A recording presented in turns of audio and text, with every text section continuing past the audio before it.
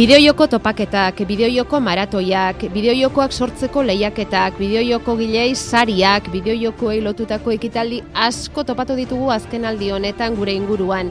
Gogoratuko duzu Euskaldunan egin berri da Fun and Serious. Donostian Game Gunea, bideojoko maratoia ere bai. Bideojokoak izango dira, esan dugu lehen, Gasteizen bihartik aurrera egingo duten kongresuko gai ere. Aitziber Salen, azkaixo, egunon? Egunon, humanitate digitalei buruzko kongresu horretan historialariek aztertuko dituzte bideojokoak. Izan ere, bideojokoen bidez, historia jaso ote litekeen ala ez, historiako datuak zuzen ematen dituzten ala ez, aztertuko dute, bestea beste. Azken finean, bideojokoak 20. mendeko 2. erdialdetik ona ezagutzaren transmisiorako beste modu bat izan baita. Bihurtzen ari baita, hortik jardunaldien lema hori. Jolasten ikasten da, bideojokoen implikazioa eta etorkizuneko historia formakuntza.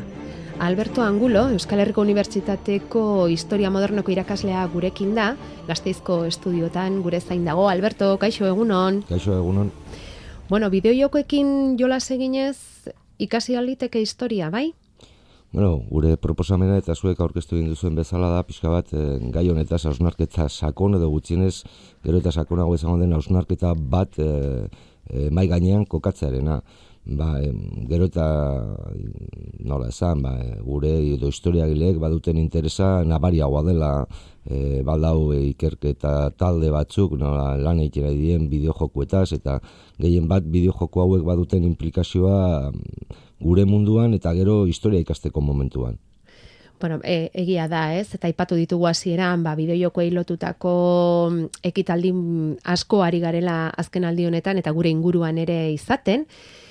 Baina, noski, bideojokoen gama oso zabala da, eta ez dakigu neurturik dagoen, azterturik dagoen, hor agertzen diren historiari lotutako datuak, pertsonaiak, gertakariak, nolakoak diren.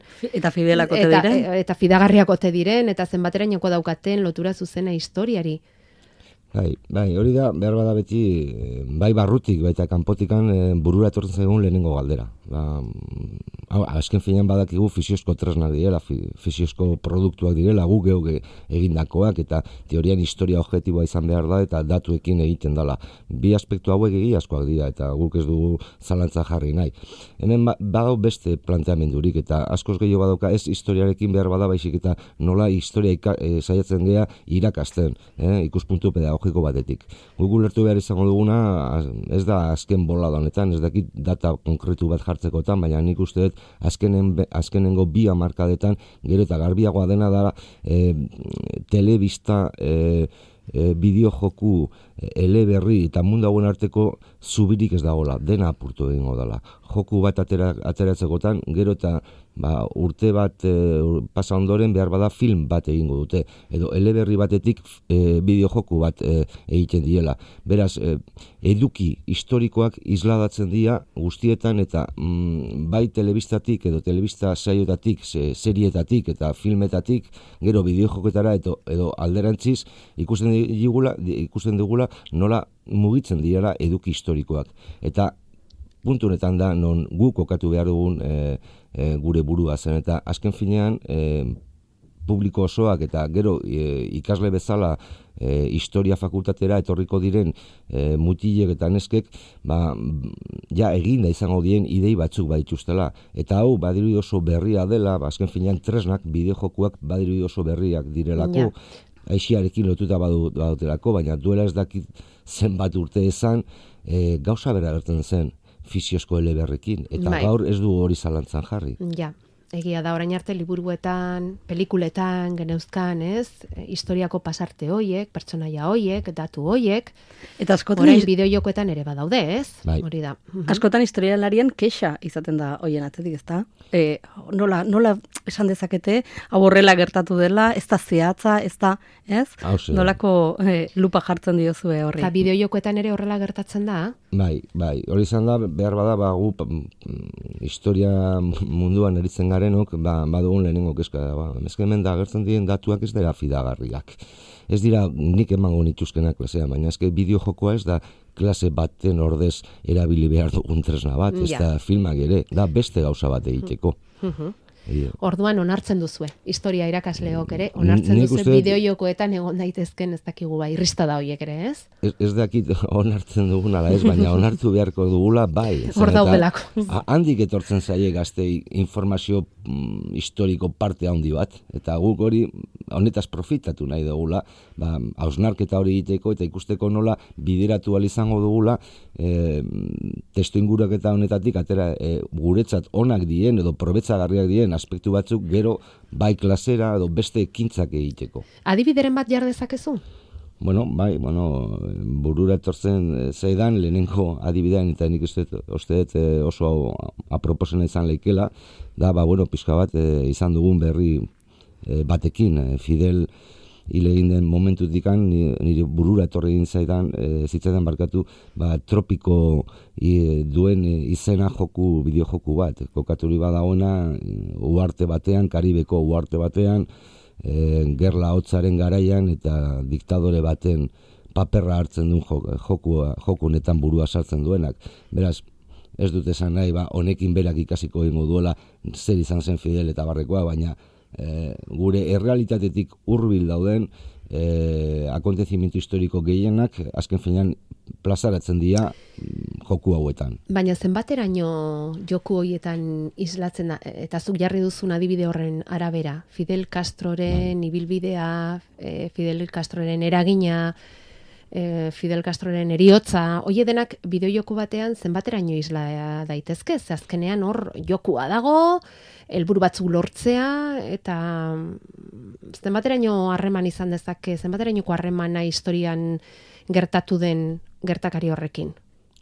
Personai konkretuarekin ez, baina zer den diktadura bat ondo ezagutzeko, ezagutu alizateko, baina ikuspuntu praktiko batetik. Azken finean jokua da, ikustea nola faktore asko bat daudela, nola kontrolatu alizango dituzula faktore hauek, nola mugitzen den, baina guk humanitate digital honen ekitaldi honetan planteatu nahi duguna, eta egin nahi duguna hausnarketa ez da, bideoaren bitartez aspektu historikoak edo nola izan zen historia edo nola izan zen personaia ikasleak ezagutu egingo duela.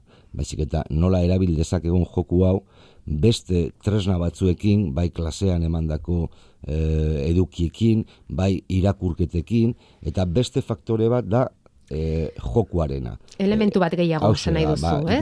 Osagarri bat gehiago. Ikuspuntu estrategiko batetik. Oso simplea da, esatiaiz, diktadore batek dena kontrolatzen duela. Badakigu, hori teorikoko dela, baina gero errealitatean ezberdina dela. Beraz, jokuan, berak badu horrelako aspektuak lantzen. Oso begibistakoa dela, oso garbiak direla, baina behar bada garbiak direla ja historia dakigunentzat, edo historia ja irakurtzen ditugun personentzat. Arraza da, ikasle hauek historiarekin edo historiarekin hurbil izango dien eduki bakarrak, ez dira, ez zaie etortzen bakarrik klasean ikasten dituzten aspektuetatik, baizik eta bere eguneroko eskarmentuan, esperientzian, bizitzan, topo egiten duten beste tresnekin, eta kasu honetan baita ere bideojokuak sarditzakegula.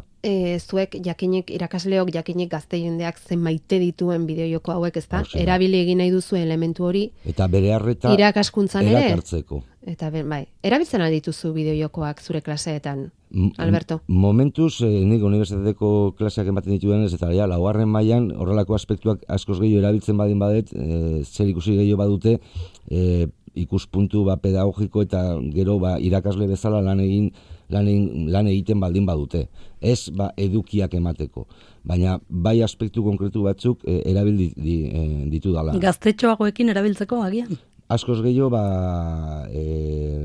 lehenengo institutuan ere aritzen dien ikasleentzat, 13-12 urtetik 16 urtetaraino, behar bada askoz probetza horrek dira horrelako jokuak. Eta ez aipatu egin dudan, baizik eta adibidez Murtzian baldago ikerketa talde bat, Espainiako ministeritzak emandako diru laguntzarekin aritzen direnak, eta bere planteamendu da ertaroko historia eta bideojokuak. Eta bereiek horrelako eskarmentuak egin dituztela institutuetan joku estrategikoak erabiltzen. adibidez, civilización edo civilization, uste ingelesko hitza da esan dizudana, baina zibilizazioa izango dela. Beraz, aspektu estrategikoak ikusteko, edo Sin City, nola funtzionatzen den hiri bat, jakiteko. Eta askoz gehiago, jakin ez da behar badalitza, baizik, eta eskarmentu bat izateko, baina hurbiltasun honekin.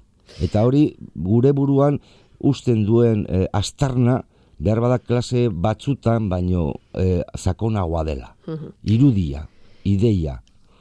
Ez dakit nik pelikuletan eta eleberrietan eta historialariei eskatzen zaien aholkurik, datu historikoak eta sartu behar direnean edo erabili behar direnean, eta berdin gertatu da bideojokoetan eta ere, ez da? Zuei historialarioi, historia irakasleoi, ez dakit aholkurik eskatzen zaizuen sekula horrelakoak osatu behar direnean.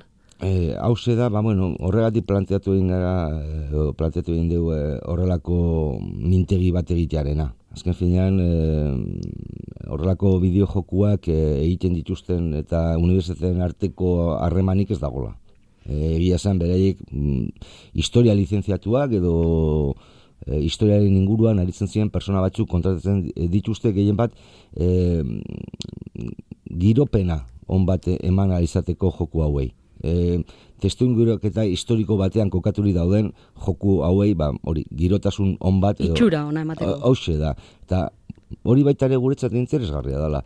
Adibidez, lan aukera bat gehiago. Hiri 18 edo 19. mendeko hiri batetik aritzeko jokoaren bitartez posible baldin bada, hurbiltasun hori nik adibidez klasean ezin dut ematen. Ja. Edo garai hartako musika entzute emari dena, nik planteatzen baldin badi eta 16. mendeko gortean ematen zen musika pieza bat entzutearena, berentzat oso gorra da. Zer ikusirik ez duelako beraiek entzuten ohituta baduten gauzekin. Entonces, claro, ja jokuak ekartzen du. Musika hori eta jokoan ari diren bitartean nahi gabe entzuten dute, ez? Hauxe da. Kasu batzuetan, guk egin behar duguna historiagileok eta gehien bat irakasleek da, horrelako joku bat erabili nahi baden badugu, testatu behar dugun zeintzuk dien, joku horrek baditxun aspektu importantenak, indartzuenak, gero gure lana hobetzeko. Hori da bidea, besterik ez. Gero, isladatzeko tresna bat izango balitz bezala, historia ikasteko oso zaila izango zela, baina kontuan hartu behar dugula adibidez, Estatu Batuetan datorren urtean, baldau joku berri bat institutuetan kokatu nahi izango dutena. Da, komerziala den joku bat, lehenxeagoa aipatu egin dizuedana, da zibilizazioa, baina bersio berri batekin. Eta hori da, zibilizazioa edukaziorako egindako. Eta prestatzen ari dira joku komerziala, baina beste tresna batzuekin, beste informazioarekin, beste prestakuntzarekin, zertarako erabilializateko klasean. Gurasoren batek edo bestek esango lizuke, Alberto? Guk egiten ari garen esfortzua, bideojokoak horren bestez erabiltzeko gure seme-alabek, eta orain nor ari zaigu historiako irakasle esanez, ez direla intxarrak, eta ongi datorrela batzuetan bideojokoekin horaz egitea, eta... Bai, baina azken finean niri gustukoa izango zen, beraiek bideojokoak erabiltzen duten bezala, nire liburuak erabiliko zituztela. Baina hori badakit ezinezkoa dela.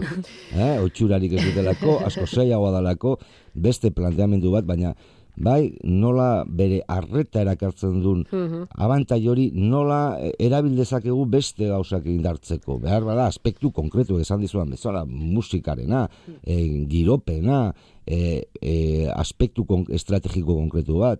Orain burura etortzen zaidala, duela ja, uste 15 urte dantzeko zerbait, egindako haieketako joku bat, bere izena zen East Indian Company, hori da 17.